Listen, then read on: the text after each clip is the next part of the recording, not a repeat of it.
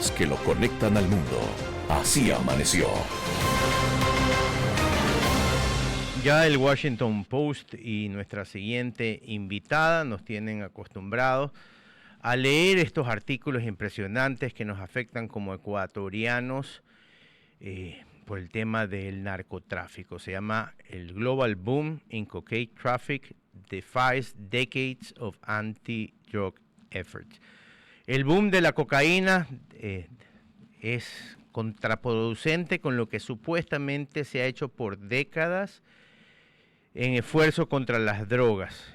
El artículo analiza el auge global del tráfico de cocaína, con Ecuador como uno de los puntos claves de tránsito y logística de los carteles. Ecuador, aunque no produce cocaína, se ha convertido como el centro estratégico gracias a su ubicación entre Colombia y Perú y su débil control estatal en los gobiernos anteriores. Para hablar del tema, hemos contactado a una de las periodistas que hizo este artículo.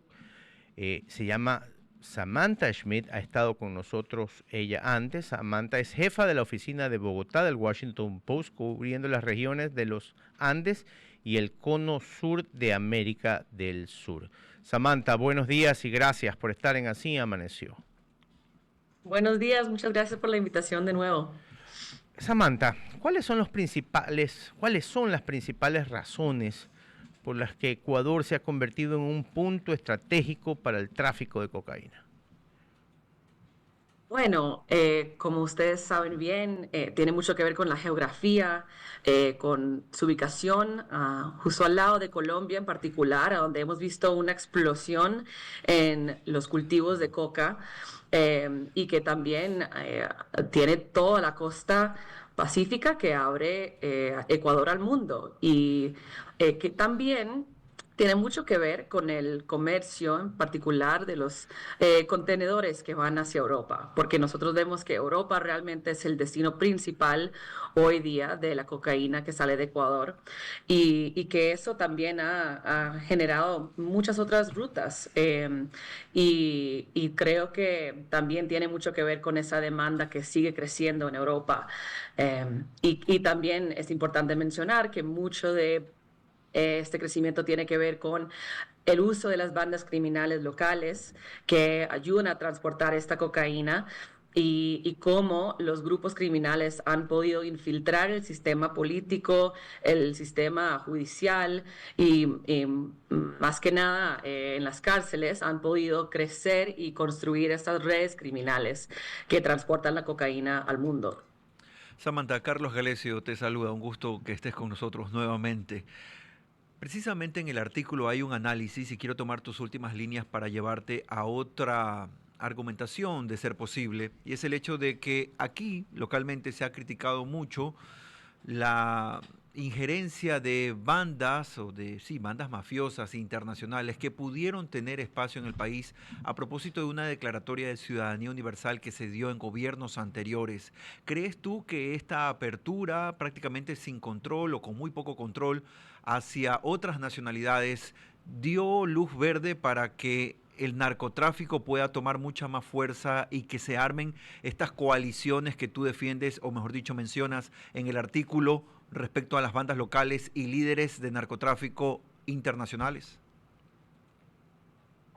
Es difícil porque hay muchos factores aquí que creo que influyen en la llegada de muchos extranjeros que ayudaron a construir esas redes criminales. En particular, nuestro ejemplo en el artículo es de los albaneses.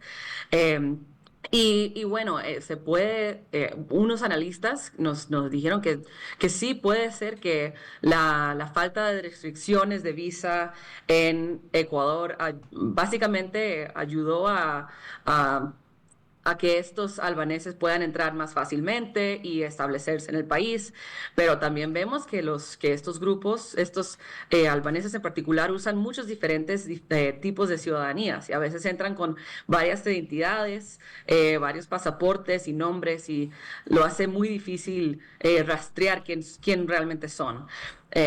Y creo que, bueno, eso también ha cambiado un poco durante los años el, eh, lo fácil que es entrar a Ecuador y realmente establecerse en el país.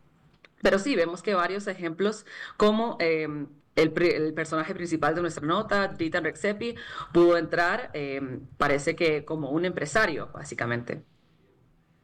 Samantha, muy buenos días. Alfonso Rollero te saluda. He leído atentamente lo que has escrito, digamos, en el Washington Post y conecto con algunas cosas y con el momento de Ecuador. Si me permites, hago un pequeñísimo recuento. La Unión Europea emite un informe hace no menos de algunos meses, no menos de 3 meses, exponiendo las debilidades del Ecuador, como ese hub que bien mencionas en su artículo, donde la droga se mueve a través de distintas pandillas. Pero hay un elemento dinamizador en su artículo que dice que hay un grupo de narcotraficantes albaneses que no se pelean con los carteles, que no es lo acostumbrado en esta región, digamos, ¿no? Que se matan entre ellos, sino que más bien utiliza a todos para mover la droga, para almacenarla y también para contaminar los puertos. Hace poco, el día domingo, hubo el debate presidencial en Ecuador, Samantha, y se tocó el tema de las fronteras y se tocó el tema de los puertos como temas preponderantes en el tema de la seguridad. Sin duda, ese informe de la Unión Europea desnuda la falta de seguridad en los puertos y en las fronteras de Ecuador, igual que tu artículo. Entonces, estamos ante una problemática que la conocen todos y parecería que hacen muy poco para combatirlo. Creo que también es importante mencionar que me parece que esto es un enfoque em, em, la Unión Europea en particular parece que está poniendo mucho enfoque en el tema de Ecuador, que están aumentando los esfuerzos para combatir el narcotráfico, eh, pero también es complicado porque incluso algunos países europeos no tenían embajadas hasta hace poco en Ecuador. No era un sitio...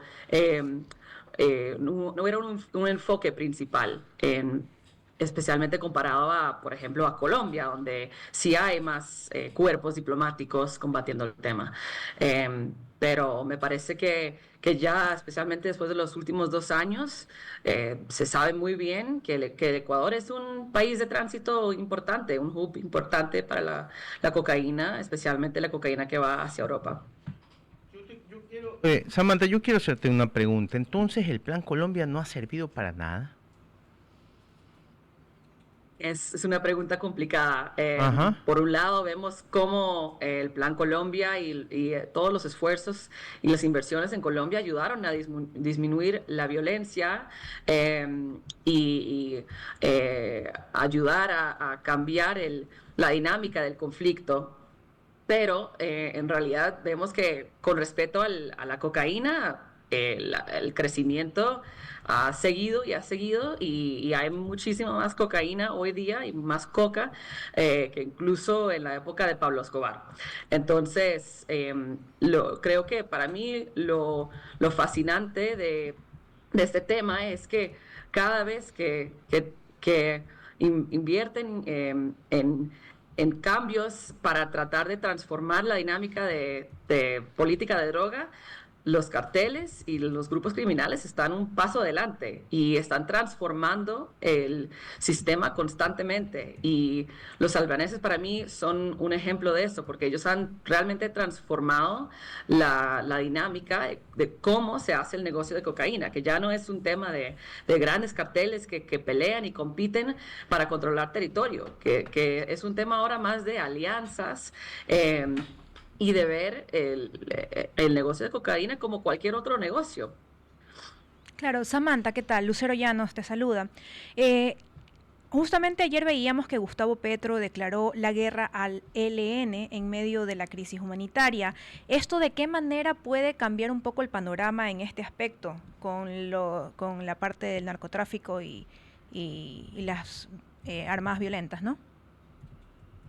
Bueno, lo que está pasando en Catatumbo es de verdad una situación muy grave para Colombia y muestra que el esfuerzo de presidente Gustavo Petro de la paz total realmente no está funcionando en este momento, porque vemos una ola de violencia que es realmente más sangriente que cualquier otro que hemos visto desde los acuerdos de paz en Colombia.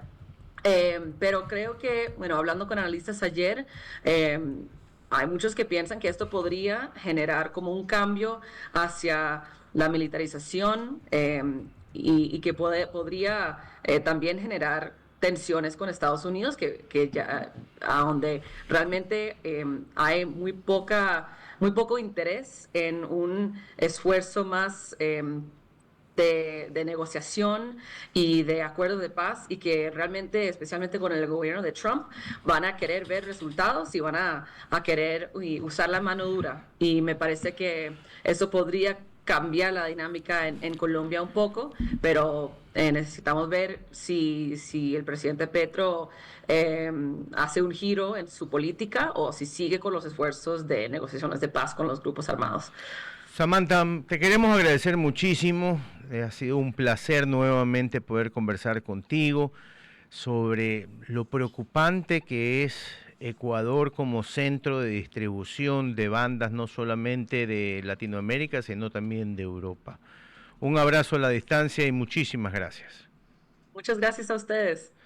Era Samantha Schmidt, ella es jefa de la oficina de Bogotá cubriendo las regiones de los Andes y del cono sur de América del Sur. Hablábamos sobre su nuevo artículo, A Global Boom in Cocaine Traffic Defies the Decades of Anti-Drugs Efforts. Eso significa que un boom del mercado de la cocaína se pelea o no hace caso a las décadas de las peleas antidrogas que hemos tenido en la región.